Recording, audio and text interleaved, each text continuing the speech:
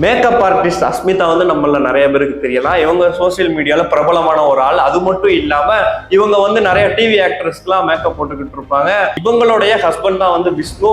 இவரு டிவிக்கு பத்தி சோசியல் மீடியால பேசுறதுல ஒரு எக்ஸ்பர்ட்டான ஒரு ஆளு. இவர் வந்து ரீசெண்டா இவருடைய ஃப்ரெண்ட் தங்கச்சி கிட்டே சோசியல் மீடியால தப்பா மெசேஜ் பண்ணது மட்டும் இல்லாம அவங்க கிட்டே தப்பா நடந்திருக்கிறதுக்காக அவர் வீட்டுக்குள்ள போயிட்டு தர்மடி வாங்குறத நம்ம எல்லாருமே பார்த்திருப்போம். இதை பத்தி அஸ்மிதா இன்ன வரைக்கும் எந்த ஒரு ரிப்ளையுமே கொடுக்கல. அவங்க லாஸ்டா இன்னைக்கு ஒரு ரிப்ளை கொடுத்திருக்காங்க. அது என்னங்கறத பத்தி இந்த வீடியோல தெளிவா பார்க்கலாம். வாங்க இன்னைக்கான வீடியோக்குள்ள போகலாம்.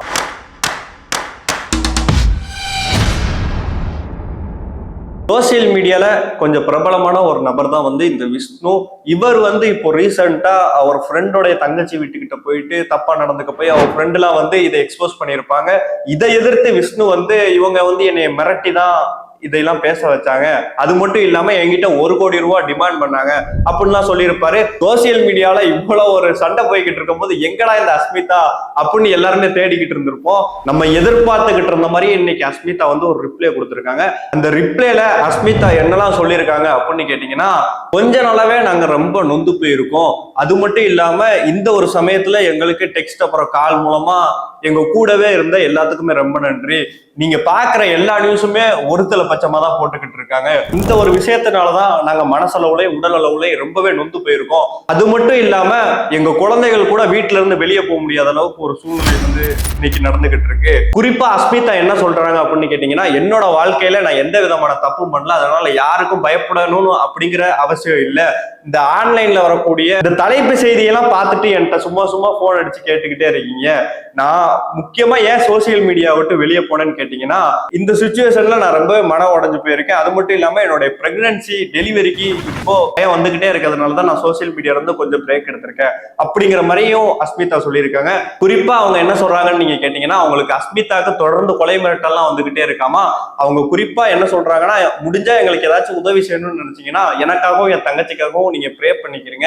அது மட்டும் இல்லாம என்னுடைய கிளைண்ட்ஸ் அப்புறம் என் ஸ்டூடெண்ட்ஸ்க்கு எல்லாம் கொடுத்த கமிட்மெண்ட்ஸை நான் கண்டிப்பா முடிச்சு கொடுத்துருப்பேன். என் சைடு எந்த விதமான தப்புமே இல்லை. அப்படி என் சைடு தப்பு இருந்துச்சுன்னு உங்களுக்கு தோணுச்சுன்னா கண்டிப்பா கோர்ட்ல கேஸ் கொடுங்க. நான் நிரபராதின்னு ப்ரூவ் பண்றேன். ஒரு விக்டிம் மேல நீங்க சோசியல் மீடியால தொடர்ந்து கெட்ட வார்த்தையில கமெண்ட்ஸ் பண்ணிக்கிட்டே இருக்கீங்க, அதை எல்லாத்தையுமே நான் பார்த்துக்கிட்டே தான் இருக்கேன் அப்படிங்கிற மாதிரி ஒரு ரிப்ளை வந்து இப்ப அஸ்மிதா கொடுத்திருக்காங்க. இதுல முக்கியமானது என்னன்னா, அஸ்மிதா தப்பே பண்ணல அப்படிங்கிற மாதிரி இந்த ரிப்ளை ஃபுல்லா சொல்லிக்கிட்டே இருக்காங்க. இப்ப கரெக்டா அஸ்மிதாவும் விஷ்ணுவும் பிரிஞ்சுதான் இருக்காங்க போல. இந்த பிரச்சனை எங்க ஆரம்பிச்சிச்சுன்னு நீங்க கேட்டீங்கன்னா, ஒரு பிறந்த நாள் பார்ட்டிக்கு விஷ்ணுவை வந்து அவங்களுடைய ஃப்ரெண்ட்ஸ் எல்லாம் வந்து இன்வைட் பண்ணியிருக்காங்க. இங்கதான் தெரிஞ்சிருக்கு இவருடைய ஃப்ரெண்டு தங்கச்சிக்கு வந்து இவர் தப்பான முறையில பல மெசேஜ் எல்லாம் பண்ணிக்கிட்டு இருந்திருக்காரு. அது மட்டும் இல்லாம இந்த பிறந்தநாள் பார்ட்டிக்கு போகும்போது தப்பான ஒரு நோக்கத்தோட அவங்க வீட்டுக்குள்ள போயிருக்காங்க. இதை எக்ஸ்போஸ் பண்ற விதமா அவங்களுடைய ஃப்ரெண்ட்லாம் விஷ்ணுவை பிடிச்சி அடிச்சு சோசியல் மீடியால ஒரு மிகப்பெரிய வீடியோவே வந்து ரிலீஸ் பண்ணியிருந்தாங்க. இதுக்கு விஷ்ணு என்ன சொல்லியிருப்பாரு அப்படின்னா, இவங்க மேல எல்லாம் போலீஸ் கம்ப்ளைண்ட் கொடுக்க போறேன் அப்படிங்கிற மாதிரி சொல்லிட்டு 4-5 பேருடைய பேரையும் சொல்லியிருப்பாரு. அது மட்டும் இல்லாம இவங்க என்னை அடிச்சுதான் வந்து இந்த குற்றத்தை ஒத்துக்கிற வச்சாங்க. அது மட்டும் இல்லாம என் போனே இவங்கள்ட்ட தான் இருந்துச்சு கொஞ்ச நாளா, இவங்க என்கிட்ட 1 கோடி ரூபாய் டிமாண்ட் பண்ணாங்க அப்படிங்கிற மாதிரி ஒரு விஷயம் வந்து நியூஸ்க்குலாம் ஒரு லைவ் வந்து கொடுத்திருப்பாரு. இதுக்கு யாருன்னே தெரியாத ஒரு மர்ம நபர் வந்து என்ன சொல்லியிருப்பாங்க அப்படின்னு கேட்டீங்கன்னா, அந்த வீடியோல இருந்ததெல்லாம் உண்மைதான், ஆனா நாங்க வீடியோ எடுத்ததுதான் தப்பே தவிர அவர் சொன்னதுல எந்த வித மாற்றமே இல்லை, நடந்தது எல்லாமே அப்படியே 100% உண்மை. அஸ்மிதா வந்து நான் இவங்கள்ட்ட டிவோர்ஸ் வாங்கணும் அப்படிங்கறதுனாலதான் நாங்க இந்த வீடியோவை அஸ்மிதாக்கு எடுத்து கொடுத்தோம் அப்படிங்கிற ஒரு பேட்டி வந்து கொடுத்திருப்பாங்க. இவர் வந்து கொஞ்சம் பிரபலமா இருக்கனால இந்த ஒரு விஷயம் வந்து வெளியே தெரியுது. ஆனா குறிப்பா சொல்ல போனா கடந்த சில மாசங்களாவே தமிழகத்துல மட்டும் இல்ல, டோட்டல் இந்தியா ஃபுல்லாமே 16 வயசு கீழே உள்ளவங்களுக்கு இந்த சோசியல் மீடியா மூலமா பல தப்பு நடந்துகிட்டே தான் இருக்கு. அது அந்த அளவு வெளியே தெரியலனாலும் கண்டிப்பா இந்த மாதிரியான விஷயம் மாவட்டத்துக்கு கொண்டு ஒவ்வொரு ஊருக்கும் இந்த மாதிரியான தப்புலாம் வந்து நடந்துகிட்டே தான் இருக்கு. அமெரிக்கா இந்த மாதிரியான நாடுகள்ல மெயினாவே 16 வயசு கீழே உள்ளவங்க சோசியல் மீடியாவை யூஸ் பண்ண முடியாது.